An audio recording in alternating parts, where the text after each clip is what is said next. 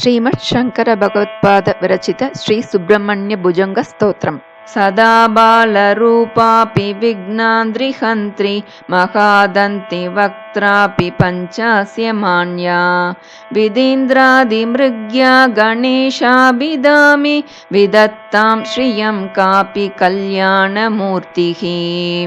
न जानामि शब्दं न जानामि चार्थं न जानामि पद्यं न जानामि गद्यं चिदेका षडास्या हृदि द्योतते मे मुखान्निस्सरन्ते गिरश्चापि चित्रम् मयूरादिरूढं महावाक्यगूढं मनोहारिदेहं महच्चित्तगेहं महीदेवदेवं महावेदभावं महादेवबालं भजे लोकपालम्. यदा सन्निधानं गता मानवामि भवाम्बोधिपारं गतास्ते तदैव इति व्यञ्जयन् सिन्धुतीरे य आस्ते तमीडे पवित्रं पराशक्तिपुत्रम्. यदाब्दे तरङ्गालयं यान्ति तुङ्गास्तदैव पदः सन्निधौ सेवतां मे इति ऊर्मिपङ्क्तिर्नृणां दर्शयन्तं सदा भावये हृत्सरोजे गुहन्तम्. गिरौ मन्निवासे नरायेधिरूढास्तदा पर्वते राजते तेधिरूढाः इतीव ब्रुवन् गन्धशैलाधिरूढः स देवो मुदे मे सदा षण्मुखोऽस्तु. महाम्बोधितीरे महापापचोरे मुनीन्द्रानुकूले सुगन्धाख्यशैले गुहायां वसन्तं स्वभासालसन्तं जनार्तिं हरन्तं श्रयामो गुहन्तम्. लसत्स्वर्णगेहे नृणां कामदोहे सुमस्तोमसञ्चन्नमाणिक्यमञ्चे समुद्यत्सहस्रार्कतुल्यप्रकाशं सदा भावये कार्तिकेयं सुरेशम्. रणद्धंसके मञ्जुलेत्यन्तशोणे मनोहारि लावण्यपीयूषपूर्णे मनःषट्पदो मे भवक्लेशतप्तः सदा मोदतां स्कन्दते पादपद्मे. सुवर्णाभदिव्याम्बरैर्भासमानां क्वणत्किङ्किणीमेकलाशोभमानां लसद्देमपट्टेन विद्योतमानां कटिं भावये स्कन्दते दीप्यमानाम्. पुलिन्देशकन्यागणाभोगतुङ्गस्तनालिङ्गनासक्तकाश्मीररागम् नमस्याम्यहं तारकारे तवोरस्त्वभक्तावने सर्वदा सानुरागम्. विदौ क्लुप्तदण्डान् स्वलीलाधृताण्डान् निरस्ते बशुण्डान् द्विषत्कालदण्डान् हतेन्द्रारिषण्डान् जगत्त्राणशौण्डान् सदा ते प्रचण्डान् श्रये बाहुदण्डान्. सदा शारदा षण्मृगाङ्का यदि स्युः समुद्यन्त एव स्थिताश्चेत् समन्तात्.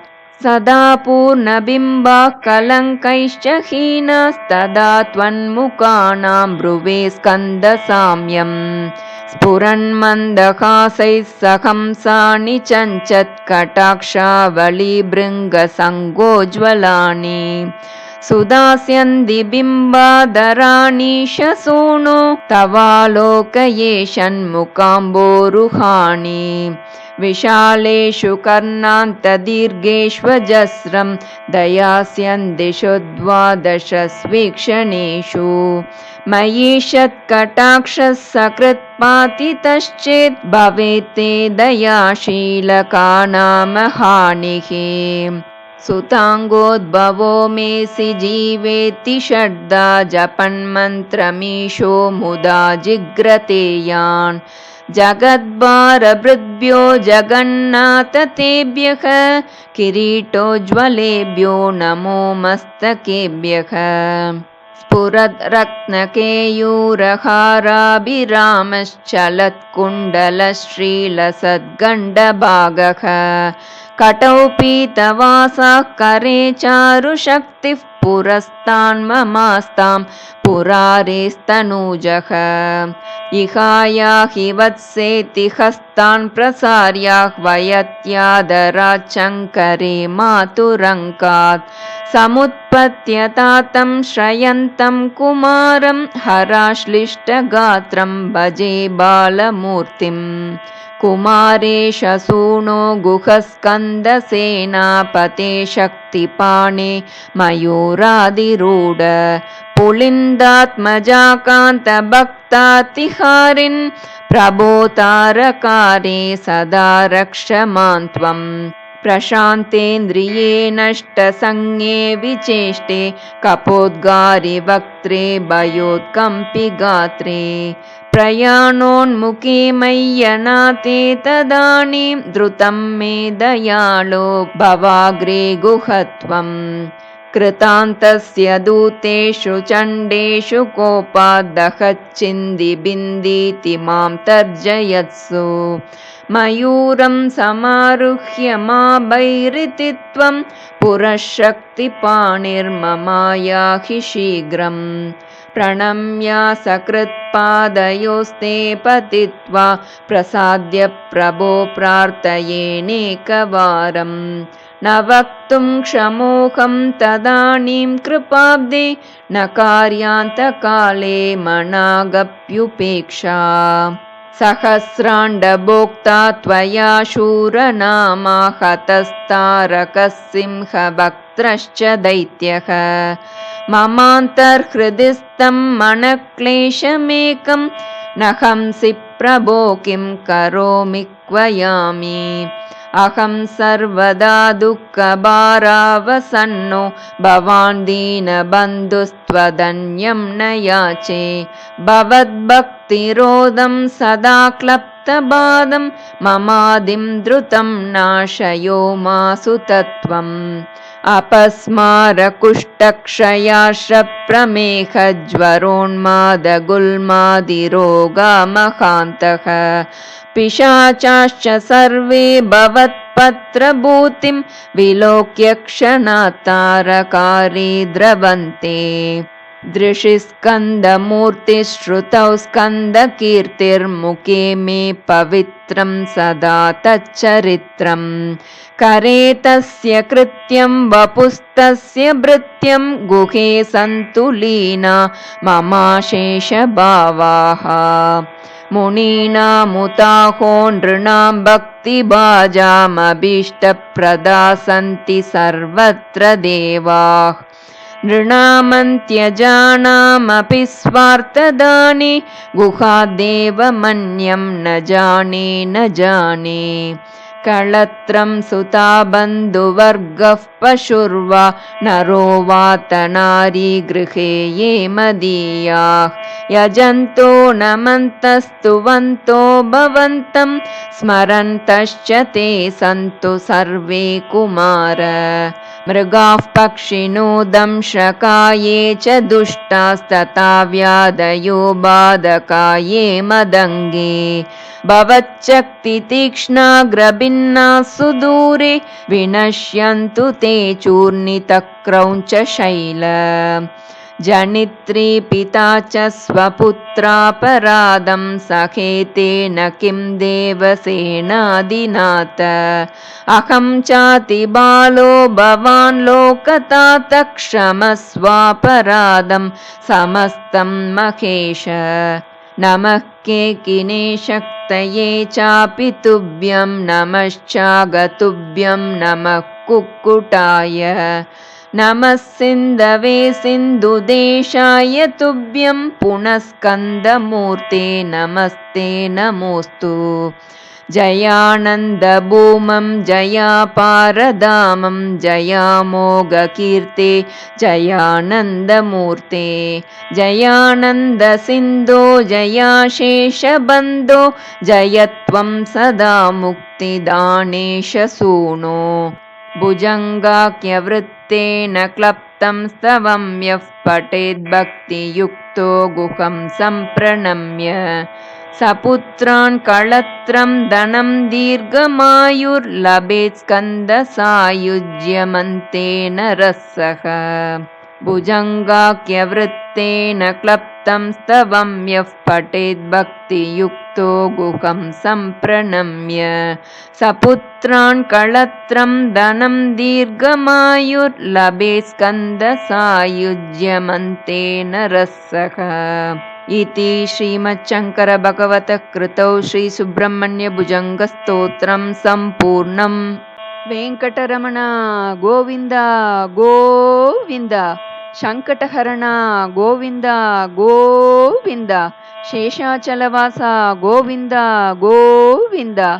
பதியில் வாழும் பதியை நினைந்து பதிகம் பாட சீரோடு செல்வம் சேரும் வாழ்வு வரும். ஸ்ரீனிவாசன் நாமமே தேன்மதுரம், வெங்கடேசன் பாதமே சரணபீடம். வெங்கடேஷனே சரணம் சரணம், ஸ்ரீனிவாசனே சரணமையா. திருமலைவாசா சரணம் சரணம், திவ்யநாதா சரணமையா. ஏழுமலையானே சரணம் சரணம், எங்களை காப்பாய் சரணமையா. வெங்கடரமணா சரணம் சரணம், வடமலை ராஜா சரணமையா. வெங்கடேஷனே சரணம் சரணம், ஸ்ரீனிவாசனே சரணமையா. கோவிந்த நாமம் துதிக்கும் மனதில் சகல பாகியம் மலருமையா. கலியுக வரதா சரணம் சரணம், வரதராஜனே சரணமையா. திருமலைவாசா சரணம் சரணம், திவ்யநாதா சரணமையா. ஷாரங்கபாணி சரணம் சரணம், சக்கரதாரி சரணமையா. ஸ்ரீரங்கநாதா சரணம் சரணம், சஹஸ்ரநாமா சரணமையா. வெங்கடேஷனே சரணம் சரணம், ஸ்ரீனிவாசனே சரணமையா.